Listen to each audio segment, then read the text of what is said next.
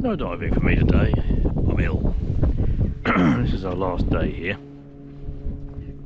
So I've taken the opportunity to have a quick wander. That's our Airbnb there, that's my little blue van. And I thought we'd have a look at this bit here. Right, just in passing, there's a big patch of Rosa rugosa here that's not looking very happy at all. In fact, it looks rather dead. So disease, or someone applied some herbicide. Don't see why they would, and just that bit. But the tops of these look quite unhappy too. So something's happened to it. But here we have a house. Not a platform, so I can think of at the moment. A house site. And it's either somebody has put in the preparation for building a house many years ago, or there was a house and they demolished it and never rebuilt. As we'll see in a moment, it's quite windy here. But there are some very early successional stages here. So let's go and have a look at this bit here, which is probably the earliest. This here, bare ground. Actually tarmac, totally artificial. This bit here, yeah, aggregate that's been laid on top of an area of rock. See the rock running through. You can see mosses. And there's a little, don't exactly know what that is. I think it's a little succulent. And over here, as you get further in, got lots of those. That looks like red fescue. I might be wrong. This looks like a sedge. Just thinking with the labourer's leaves. I don't know what it is. Your botany's rusty. And there's a little birdsfoot trefoil struggling away, and these little dandelion family jobbies, a leontoton or something similar. So there's lots here, all very small, all struggling along. So it's not likely that trees are going to come in here anytime soon, because it's very well drained, it's probably acid soil, and it's slowly building up. So it's going from bare, completely bare, through all the mosses. The mosses are building up nutrients, humic material, through to this lot. I think that's birdfoot trefoil that's not flowering. Oh, there it is, look. And then we've got a bit of Yorkshire fog grass, Almeria, which is of course sea pink. This is looking a bit wind blasted and unhappy, but it's doing its thing. That's a little planting, probably Plantago maritima. There's a stone crop. There's an eyebright.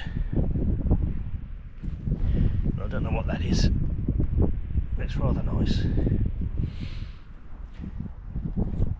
Another eyebright. This one's rather beautiful. It's doing very well.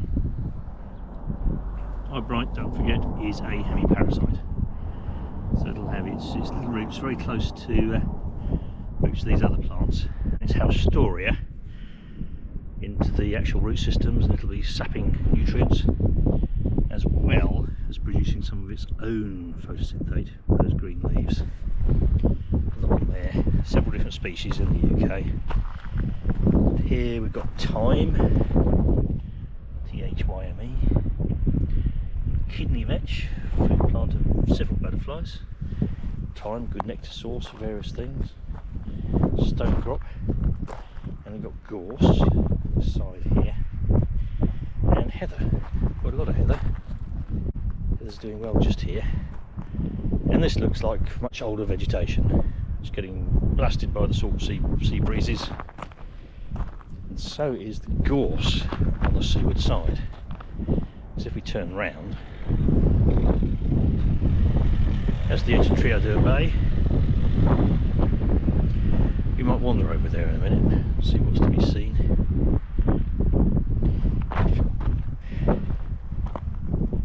Heather through here, and you can see under here where it's exposed. Got a deep layer, peat starting to build up, and that is carbon that's actually stored in that layer. Of course, if someone drives a car under here and burns it out, it's done at the right inverted commas time of year, then the fire might get into the peat and burn all the way through here, all across, because there'll be peat under all of this lot.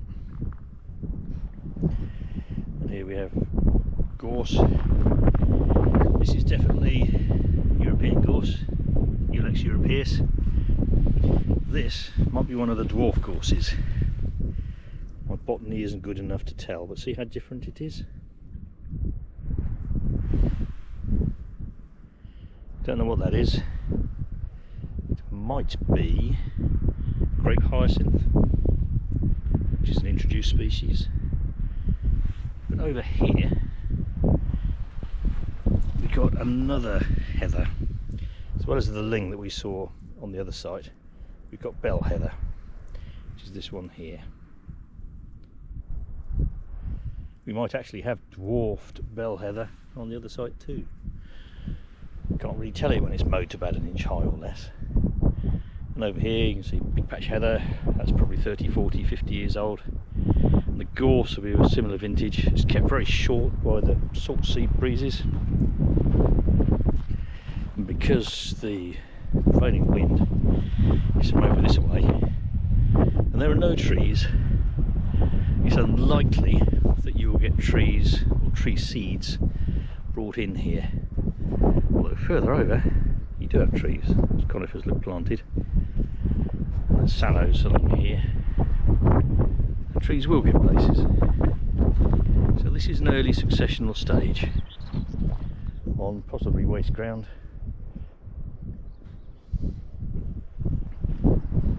It won't be viewed as waste ground, but it's fairly rich, fairly interesting. And I expect if I come here earlier rather than at midday, and on these little patches here, which are out of the wind and nice and bright and sunlit, I might have found things like slow worms and common lizards. And they'll be here, and they'll all be underneath the cover of this, all hunting away, possibly even things like adders. Well, I haven't seen any, so I can't say for certain. So, early successional stage here.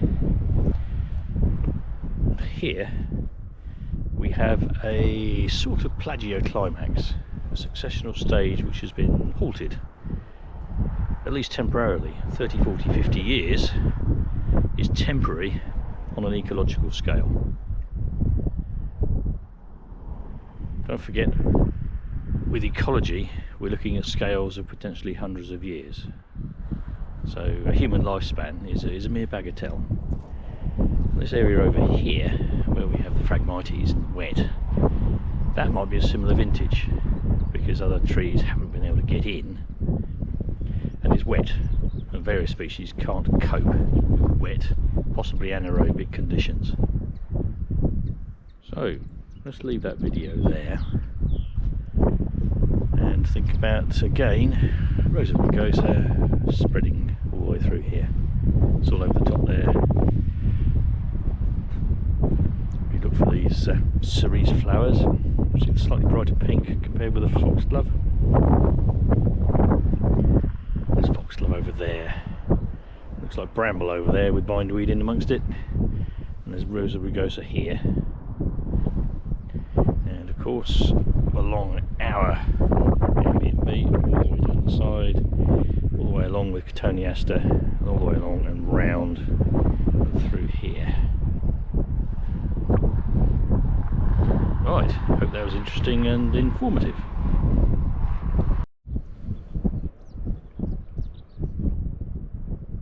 This is just to the right of where we started. This is more natural, inverted commas, bare ground. And you can see various grasses, bare rock, sort of schisty, micaceous-y, igneous-y, metamorphic-y stuff. I'm not very good at geology. More mosses coming in, and little fescue grasses, heather, which is mostly ling. And over here, gorse and Rosa rugosa. And there's Rosa rugosa acting here as a pioneer, seated directly into this bare ground, and is struggling away. Might or might not survive. You can see the various dead stems. on until conditions get slightly better for it, and away it'll go. Stone crops and a wet hollow with a nice crust of looks like algae or a lichen stuff here. That's all building up organic material, so it's all good, all part of the succession. Some nice folds in a piece of rock. And a bramble, again stunted. If that can survive and grow,